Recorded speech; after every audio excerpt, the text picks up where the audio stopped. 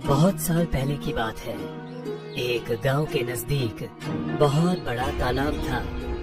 दिन भर उस तालाब के पास बहुत से लोग घूमने और तैरने आते थे।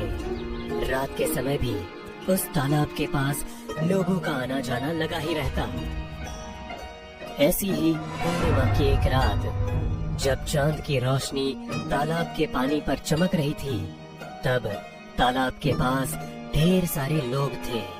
उनमें तन्वी और मिनी तालाब के किनारे गप्पे लड़ाते हुए घूम रही थी। बात करते करते तन्वी का पैर फिसला। तन्वी तालाब में गिर गई। उसे तैरना नहीं आता था। मिनी मदद के लिए चिल्लाने लगी। बचाओ, बचाओ इसे कोई! सुनो, इसे बचाओ, इसे तैरना नहीं आता। तन्वी और मिनी की आवाज सुनकर वहाँ के सारे लोग तालाब के किनारे इकट्ठा हो गए। पर रात का समय होने की वजह से लोग पानी में उतरने से डर रहे थे। तन्वी डूबने लगी थी। सब लोग सिर्फ देख रहे थे। तन्वी पानी में से गुस्से में बोलने लगी। आज मुझे बचाने से इनकार कर रहे हो, ठीक है, पर एक बात याद रखना, मरने के बाद जिस किसी की परछाई इस तालाब के पानी में गिरेगी, उसे भी इस पानी में अपनी जान देनी होगी। तन्वी ने जोरों से चिल्लाना शुरू किया और उसके आसपास पानी का एक भंवर तैयार होने लगा। लोग डर के मारे पीछे हटने लगे। उस भंवर ने तन्वी को अंदर खींच लिया और पानी शांत हो गया। लोग क्या हुआ ये जानने के लिए धीरे धीरे तालाब की तरफ बढ़ रहे थे। इतने में तालाब से चिल्लाने की आवाज आई। याद रखना, परछाई! सारे लोग डरकर गांव भाग गए और उस रात से तालाब के नजदीक लोगों ने आना जाना बंद कर दिया। उस घटना के बाद तालाब की सारी रौनक चली गई और वो एक भूतिया जगह बन गई। उस तालाब के थोड़ी दूर से गांव जाने का एक कच्चा रास्ता था। लोग वहां से भी गुजरने से डरते थे। एक रात मनीष और आमिर बाइक से गांव की तरफ जा रहे थे। मनीष बाइक चला रहा था, पर जाते जाते वो तालाब के रास्ते पर रुके। वो जिस जगह पर रुके वहां से दो रास्ते गांव की तरफ जाते थे। अरे भाई, रुक क्यों गया? चल तालाब के रास्ते से। अरे भाई, मरना है क्या?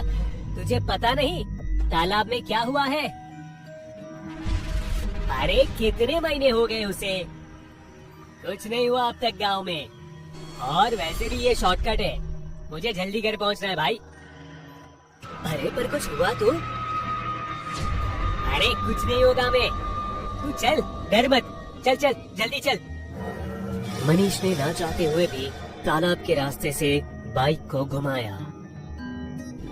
मनीष और आमिर दोनों ही तालाब के रास्ते से बाइक पर जा रहे थे।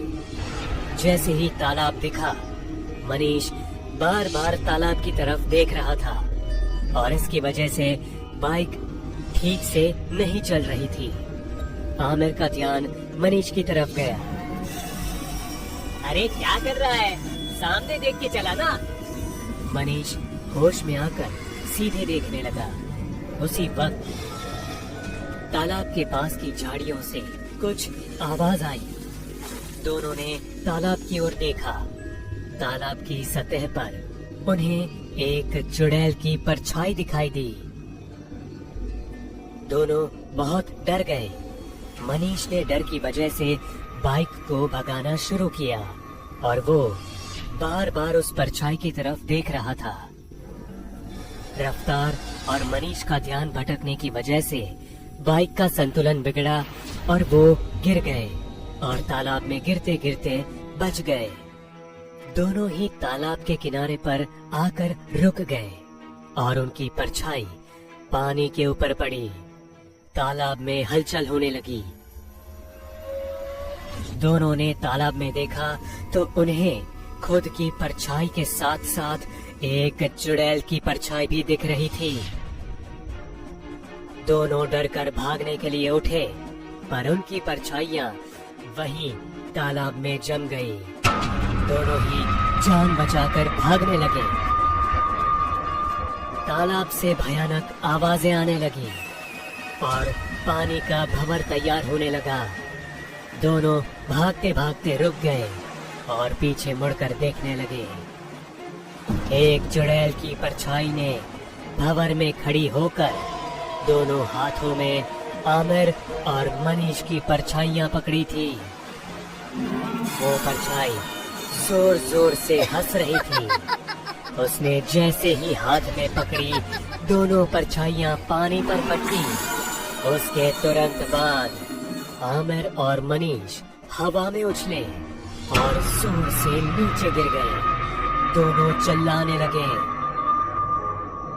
मैंने कहा था ना, अगर किसी की परछाई इस तालाब में गिरी तो उसे अपनी जान देनी होगी। अब तुम दोनों तैयार हो जाओ अपनी जान देने के लिए। आमिर ने डरते हुए हिम्मत करके कहा, हमें अच्छी तरह से तैरना आता है, तुम हमें नहीं डुबा सकती, समझी? तुमसे किसने कहा कि तुम्हारा पूरा शरीर पानी में डूबेगा? मतलब? चुड़ैल चिल्ला के भयानक तरीके से हंसने लगी। चुड़ैल ने परछाइयों को फिर से उठाया और उनके शरीर से सिर को उखाड़कर पानी में फेंक दिया। उसके साथ ही आमिर और मनीष के सिर भी पानी में आ गिरे। सिर के बाद उसने दोनों हाथ और दोनों पैर उखाड़कर पानी में फेंके। तालाब का पानी उनके खून से लाल हो गया था और उन दोनों के शरीर के टुकड़े उस खून के पानी में तैरने लगे। धीरे धीरे वो भंवर शांत होने लगा और वो चुड़ैल की परछाई पानी का सारा खून और शरीर के टुकड़े अपने अंदर खींचने लगी। भंवर शांत होने के बाद चुड़ैल की परछाई हंसते हुए तालाब की गहराई में गायब हो गई और पानी पहले की तरह साफ और शांत दिखने लगा। तालाब से थोड़ी ही दूर पर उनकी बाइक गिरी पड़ी थी, जिस पर एक कौवा बिल्कुल शांत बैठा हुआ था। सारा माहौल शांत था। अचानक तालाब में से चुड़ैल की परछाई के दो हाथ आए। उन्होंने बाइक को हवा में उठाया और गांव की तरफ फेंक दिया। उसके बाद वो हाथ फिर से तालाब में गायब हो गए। उन हाथों की वजह से वो कौवा डर गया और उड़ते हुए जोरों से काव काव करने लगा। उड़ते हुए वो तालाब के ऊपर से उड़ा और उसकी परछाई उस तालाब में कैद हो गई। तालाब में फिर से हलचल शुरू हुई और धीरे धीरे चुड़ैल के हंसने की आवाज आने लगी।